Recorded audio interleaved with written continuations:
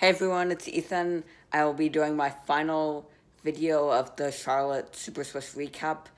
In round 9, I drew Grandmaster Nikola Mitkov. I had drawn him before with black at Chicago, so I thought I could get at least a draw with white. I knew he was a very aggressive player, so I tried something a little more positional, although the opening was not objectively the best, and I actually got myself into a worse queen this middle game. Anyway, let's check out the game. So this is the opening I prepped. I looked at bishop g4, bishop g4, bishop d6, and even f6, but I just didn't look at queen f6 for some reason. I really should have, because that's what he played. I played d4. Okay, this is all the best, but here the engine likes taking with the knight, and I thought I'd be better in an ending because of his doubled pawns, but really, since I'm ahead of Almond, I should keep the queens on. And the engine likes bishop e7 here, and if I thought he was going to do that, I would have taken with the knight, because now he doesn't have the two bishops, which is the main downside of this variation. Anyway, let's continue. Knight c3, knight e7. Okay, I played bishop e3 here, but I was really considering rook fd1. I thought he could just go rook e8, and that is the best move. He can't take the bishop because of knight e6. I knew he wasn't going to take it though, so that is why I did not play rook fd1. But anyway, knight g6. Okay, now I played knight h8, and that's a really good move. The idea is to go knight f7, knight f7, and then knight d6, because that's going to target e4 and c4. I, of course, prepared for that. Rook fd1. And now my main problem is I don't have a good plan.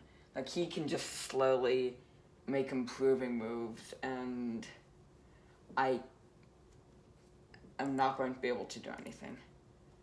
Honestly, I really shouldn't be saying this, but if you want to beat me, get me into a position where I can't find a clear plan. Because I'd rather be in a sharp position where I do have a plan than in a calm position with no plan. So, as we can see, I'm already minus 1.4 here. This is a huge problem. F2, c5. Bishop c1 is a really bad move. I should have just gone a4 here. I don't know why I didn't do this immediately. I thought bishop c1 was some sort of prophylaxis, but there's no reason to do it immediately. Now I played bishop c6, and sort of transposes because I played a4 here. And here he cannot take, because I'm just up a piece. Although, unfortunately, he did not take anyway, so there's no point in my trap. And rook e3, minus 2.4 here. I knew I was worse, I just didn't know I was that worse. He played c4, and he's playing very well. I really wanted to go rook d4 here, but I thought he'd just do knight f5. And he is completely winning here. I wanted to do this, but then bishop b4 wins for him. And rook e2. Now knight d5 is a really cool move. I figured he was going to see it, so I just played rook d1. Knight b7, e5. I'm losing no matter what.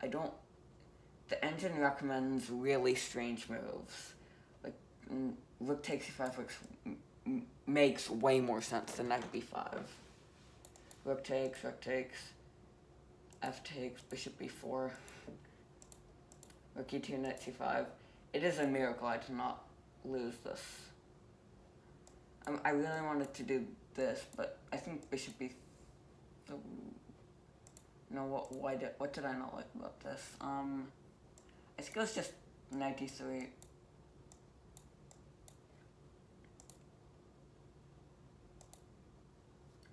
Oh wow, there's even bishop a3. Yeah, my knight is just horrible, so I didn't do this, but things are looking bleak. Now I played c3, d3, rook f7. It's minus 3.2 here, but I actually liked my position more than I did a few moves ago because now I have opposite colored bishops, which without rooks are an easy draw. And that'll be important because there is a point where exchanges do occur. King f1, rook d8. Okay. Now I played knight h3 and I thought I could do rook e3, but then I realized rook e1, pause the video if you want to find the best move. As usual, 5, 4. It's bishop g2 just wins for him. And I saw that, so I did knight f4. Let's see, bishop e... Okay. Bishop e3 and... or even just... even just rook d1, and while I'm still losing, he doesn't penetrate immediately. So, okay, I actually can draw this. I did not see it, and I'm not sure if he did either. King d7 is actually a blunder due to the drawing resource. Knight takes f4, bishop takes f4, then I think maybe even just rook takes c3 is completely winning for him. Okay, 5, 4, 3, 2, 1. Rook d1, which is what I played, but after bishop a3, I didn't see anything after king f7, but rook d7 actually draws.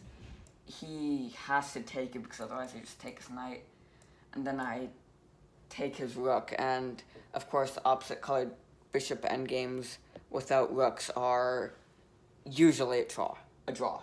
So I played knight takes e6 though, so I didn't see it, and okay. I actually am setting a trap here. Pause the video if you want to find out what it is. He fell for it. So here he was getting low on time, and he touched the bishop, and I think he realized after he touched it that it was a blunder. He played bishop d5. Okay, pause the video. Now I played rook takes g7, and the reason this draws is because I go bishop d4. And yeah, this is a dead draw, but you have to put the king on the queen side and the bishop on the king side.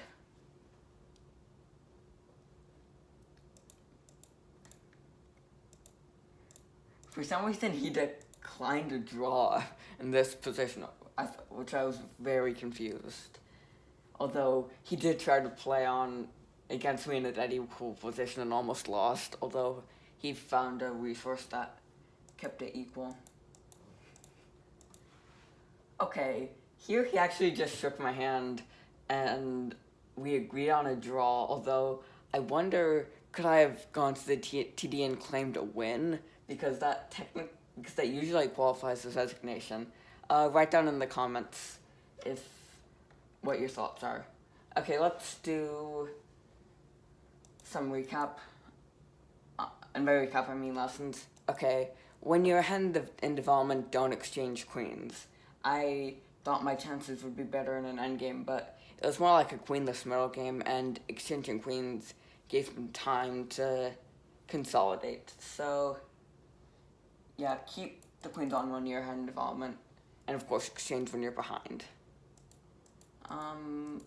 Okay. Try to get into the positions where you have a plan. If you don't have a good plan, that generally means your position is bad.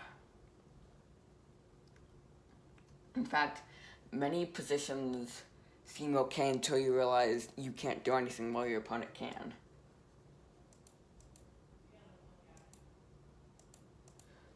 Don't play backward moves unless they're necessary. Like bishop c1 is not some deep prophylaxis, it's just a passive move. Okay, this is for when you're better.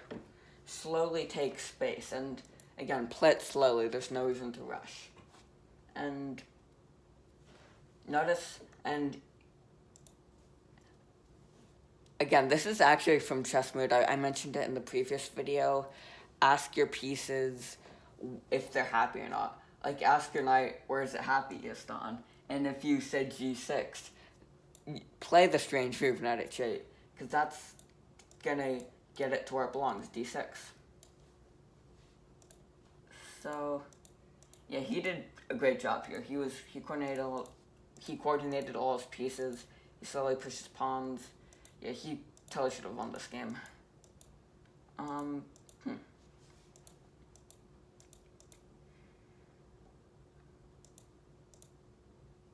Okay, now a tip, try not to leave many pieces loose or semi-loose. Overloaded piece is a common tactic. Usually it's not in positions as complicated, but if you realize that both the king and the bishop are having to defend their pieces, you're going to see that rook d7 is a great move because the king can't move, because then you just take the knight, and the bishop has to take, and then you take the rook, which is a huge problem. Oh, and I could have mentioned this earlier, but in general, when you're worse, try to exchange rooks and opposite colored bishop endings, because your opponent won't be able to attack your pawns. Right now, his rook is the only thing able to attack my pawns, because the knight is playing a defensive role, and of course, the bishop cannot migrate over to the lit squares. I think this tactic would have been easier to see if I'd played bishop a3. So, always consider checks. Like, rarely is giving up or playing a passive move. Okay, bishop e3 wasn't giving up, my bad. But rarely is playing a passive move correct. So, always look at checks, because the one check you have might save you. Like here, rook d7, it looks like a stupid move until you realize that the black's rook is hanging after he takes ours. So, yeah. Finally, when you're completely losing, always set traps. Like if I just done something like rook f8 or rook d2, I don't know, he's just gonna slowly push his pawns and I'm gonna lose. Rook g8 at least gives him a chance to blunder, because unless black sees rook takes g7, which it's definitely seeable, but with 1 minute and 30 seconds on the clock, you may want to just play quickly, and that's what he did. So, yep, that was my tournament. Overall, very strong. It had its highs and lows, but I gained 22 USCF rating points, and I got FM. I'll likely post another video in the next few days or week, and I'll see you on the next video. Bye.